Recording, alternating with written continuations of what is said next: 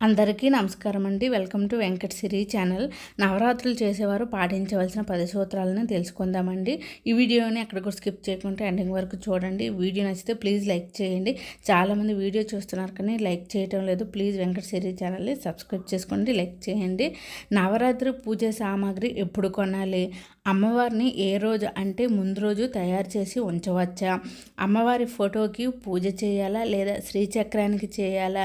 ఎటువంటి ఫోటోలు పెట్టుకోవాలి? నవరాత్రులు చేసేవారు ఇంటికి తాళం వేసి బయటికి వెళ్ళకూడదా? కలశం తప్పకుండా పెట్టాలా? మాకు నవరాత్రులు 9 రోజులు పూజ చేయడం కుదరదు అనేవారు మాకు వేరే ఉపాయం ఉందా? ఉపవాసం తప్పకుండా ఉండాలా? కుమారి పూజను చేసేటప్పుడు బయట పిల్లలు ఎవరు దొరకనప్పుడు ఇంట్లో పిల్లలకు చేయవచ్చా? అలా చేస్తే ఫలితం ఉండదా? నవరాత్రులు ప్రతి సంవత్సరం చేసుకుంటాము, ఈ సంవత్సరం చేయడం వీలు కాదు, ఆపవచ్చా? పసుపు గణపతిని రోజు చేయాలా? ఆడవాళ్ళకు మధ్యలో అడ్డంకి వస్తే పూజను ఆపేయాలా? ఏం చేయాలి? నవరాత్రుల పూజ సామాగ్రి ఎప్పుడు కొనుక్కోవాలి? నవరాత్రి పూజ సామాగ్రి ముందు రోజు అమావాస్య అయినా ఆ రోజు మనం వెళ్ళి తెచ్చుకోవచ్చండి. ఎందుకంటే పూజ రోజు తెచ్చుకోవడం అనేది చాలా కష్టం కాబట్టి ముందు రోజుల్లో త్రయోదశి, చతుర్దశి, అమావాస్య రోజుల్లో తెచ్చుకోవచ్చు, తప్పేమీ లేదు. ఒకవేళ మీకు అమావాస్య సెంటిమెంట్ అనుకుంటే ముందు రోజు వెళ్ళి చక్కగా అమ్మవారికి పూజ సామాగ్రి అనేది తెచ్చుకోవచ్చండి. అమ్మవారిని ఏ రోజు అంటే ముందు రోజు మనం తయారు చేసి ఉంచుకోవచ్చా అంటే అలా చేయకూడదండి. ఎప్పుడూ కూడా అమ్మవారి కలశ స్థాపన హస్త నక్షత్రంలో జరుగుతుందన్నమాట. ఆ రోజు ముహూర్తంలోనే అమ్మవారిని మనం కలశ స్థాపన చేసుకోవాలి. ఆ రోజే అమ్మవారికి ఆ ప్రదేశాన్ని శుభ్రం చేసి మొదటి రోజు కొంచెం టైం పడుతుంది, పర్వాలేదు, పూజ ప్రాసెస్ కూడా ఎక్కువగా ఉంటుంది, కానీ ఆ రోజే మనం అమ్మవారిని తయారు చేసుకోవాలి. ఆ రోజే కలశ స్థాపన కూడా చేసుకోవాలి. అమ్మవారి ఫోటోకి పూజ చేయాలా లేదా శ్రీచక్రానికి పూజ చేయాలా? చేస్తే ఎటువంటి అమ్మవారిని మనం ఆరాధించాలి? ఎప్పుడు కూడా మనం పూజ చేసేటప్పుడు అమ్మవారి రూపం ఉగ్ర రూపంలో ఉండకూడదు. చాలామంది ఊహించుకుంటారు అలాంటి ఫోటోలు పూజ చేయకూడదు.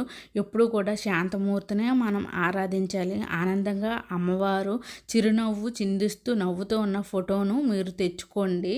లలితాదేవి ఫోటోనైనా మీరు పెట్టుకోవచ్చు, ఎందుకంటే ఆ ఫోటోలో ముగ్గురమ్మలు కూడా ఉంటారు. ఎందుకంటే మనం ఈ నవరాత్రుల్లో 3 రోజులు లక్ష్మీదేవిని, 3 రోజులు సరస్వతిదేవిని, 3 రోజులు పార్వతీదేవి, ఈ విధంగా మనం పూజిస్తాం కాబట్టి.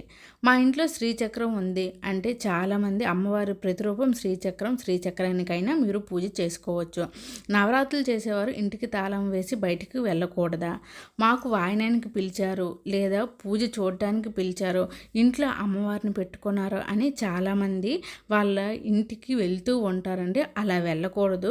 చెప్పాలి అంటే అమ్మవారు ఇంట్లో ఉన్నప్పుడు అమ్మవారిని ఒంటరిగా వదిలి బయటికి వెళ్ళకూడదు. అంటే ఇంటికి మొత్తం తాళం వేసి బంధించుకొని వెళ్ళకూడదు. మా ఇంట్లో ఎవరూ లేరు అనుకునే వాళ్ళు కనీసం పిల్లల్ని మీరు ఆ నిమిషంలో ఇంట్లో ఉంచి మీరు వెంటనే వెళ్ళి వచ్చేయండి. అమ్మవారు మన ఇంట్లో ఉన్నన్ని రోజులు కూడా ఎవరో ఒకరు అమ్మవారి దగ్గర తప్పకుండా ఉండాలి. నవరాత్రులు చేసేవాళ్ళు కలశం తప్పకుండా పెట్టాలా? అలా ఏమీ లేదండి. అమ్మవారి ఫోటోకైనా మనం పూజ చేసుకోవచ్చు. వరలక్ష్మీదేవి వ్రతానికి ఏ విధంగా మనం ఫోటోకి పూజ చేస్తున్నామో నవరాత్రులు మొత్తం కూడా అమ్మవారి ఫోటో పెట్టుకొని పూజ చేసుకోవచ్చు. తప్పకుండా ఉపవాసం ఉండాలంటే నవరాత్రుల్లో రాత్రికి శక్తి ఎక్కువ.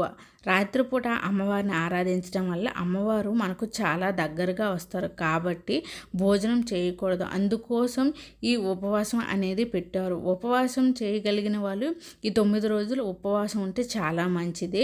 అమ్మవారి ఆశీస్సులు పొందటానికి నవరాత్రుల ఉపవాసం అంతర్భాగం. ఉపవాసం ఉండటం ఆరోగ్యానికి కూడా మంచిది. మా ఆరోగ్యం సహకరించదు అనుకునేవారు లేదా ఉదయం మధ్యాహ్నం కూడా టిఫిన్ ఏదైనా తినేసి సాయంత్రం పూజ చేసుకొని అప్పుడు మీరు భోజనం చేసుకోవచ్చు, తప్పేమీ లేదు. ఆరోగ్యం ముఖ్యం కాబట్టి అమ్మవారు అర్థం చేసుకుంటారు. ఇక మాకు నవరాత్రులు 9 రోజులు పూజ చేయడం కుదరదు అని అనుకునేవారు ఏం చేయాలండి అంటే, మామూలుగా చెప్పాలంటే నవరాత్రులు అంటే పాడ్యం తిథి నుంచి మనం పూజను ప్రారంభిస్తాం. ఆ రోజు కలశ స్థాపన చేస్తాం. లేదంటే మాకు 9 రోజులు పూజ చేయడం కుదరదు అనుకునేవాళ్ళు తదియ తిథి నుంచి ప్రారంభించుకోవచ్చు. లేదంటే మాకు అలా కూడా వీలు కాదు అనుకునేవాళ్ళు పంచమి నుంచి ప్రారంభించుకొని 5 రోజులు కూడా పూజ చేసుకోవచ్చు. ఇలా కూడా మేము చేయలేము అనుకునే వాళ్ళు కనీసం 3 రోజులు అష్టమి, నవమి, దశమి ఈ 3 రోజులైనా చక్కగా నిష్ఠగా భక్తి శ్రద్ధలతో అమ్మవారిని పూజించుకోవచ్చు. ఇలా 3 రోజులు పూజ చేసుకున్నా కూడా 9 రోజులు పూజ చేసినంత సమాన ఫలితం కలుగుతుందండి. అఖండ దీపం తప్పకుండా పెట్టాలా? అఖండ దీపం పెట్టాలంటే ఇది ఒక సంకల్పం. నేను ఒక సంకల్పాన్ని పూనుకున్నాను అని చెప్పి ఒక దీపాన్ని వెలిగించడం. అది మనకి గుర్తుండేటట్టు మనం జాగ్రత్తగా నియమంగా ఉండటానికి అఖండ దీపం పెడతారండి. ఈ నవరాత్రుల్లో చెప్పుకోవాల్సింది చాలా ముఖ్యమైనది అఖండ జ్యోతి.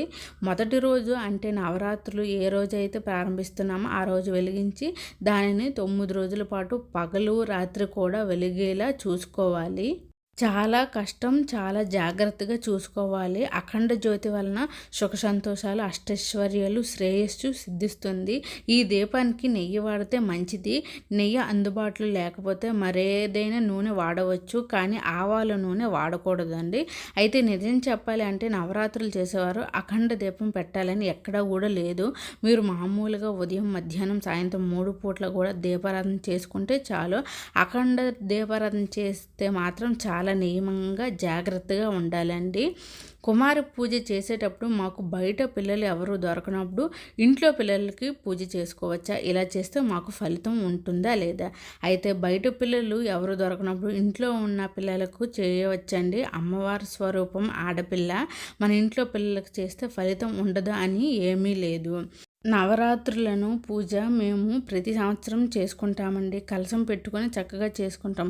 కానీ ఈ సంవత్సరం వీలు కావడం లేదు. ఆరోగ్యరీత్యా కొన్ని కారణాల వల్ల నేను ఈ సంవత్సరం ఆపవచ్చా? ఆపితే ఏమైనా దోషమా? అమ్మవారు మనపై కోపగించుకుంటారా? అలా ఏమీ లేదండి. మీ ఆరోగ్యం రీత్యా ఈ సంవత్సరం చేయలేకపోతున్నారు.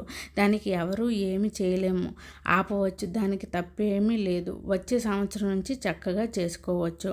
పసుపు గణపతిని రోజు విడివిడిగా పసుపు గణపతిని పెట్టుకోవాలా, లేదా ఒకే పసుపు గణపతిని పెట్టుకొని ఈ 9 రోజులు పూజ చేయాలా?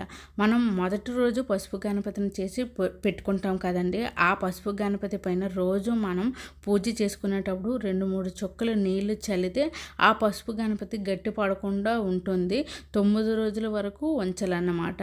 అంతేకాని ప్రతిరోజు పసుపు గణపతిని చేయాల్సిన అవసరం లేదండి. నవరాత్రులు ప్రారంభించిన తరువాత మధ్యలో ఆటంకం వచ్చింది. అప్పుడు ఏం చేయాలి? ఒక్కసారి మీరు పూజను ప్రారంభిస్తే ఆ 9 రోజులు కూడా మీరు పూజ చేయాలండి. అయితే మరి ఎవరు చేస్తారండి అంటే మీ భర్త చేత కానీ పిల్లల చేత కానీ కనీసం 2 పూట్ల దీపారాధన చేయించి ఒక బెల్లం ముక్కను కానీ పళ్ళను కానీ నైవేద్యంగా వాళ్ళ చేత పెట్టించాలండి. మీకు ఆటంకం వచ్చిన అన్ని రోజులు కూడా దూరంగా ఉండాలి. అమ్మవారికి అస్సలు మైలుగాలిని తగలకుండా చూసుకోండి. వాళ్ళ చేత పూజను పూర్తి చేయించండి. ఈ వీడియో మీకు నచ్చినట్లయితే ప్లీజ్ లైక్ చేయండి. వెంకట్ సిరీ ఛానల్ని సబ్స్క్రైబ్ చేసుకోండి. Thanks for watching.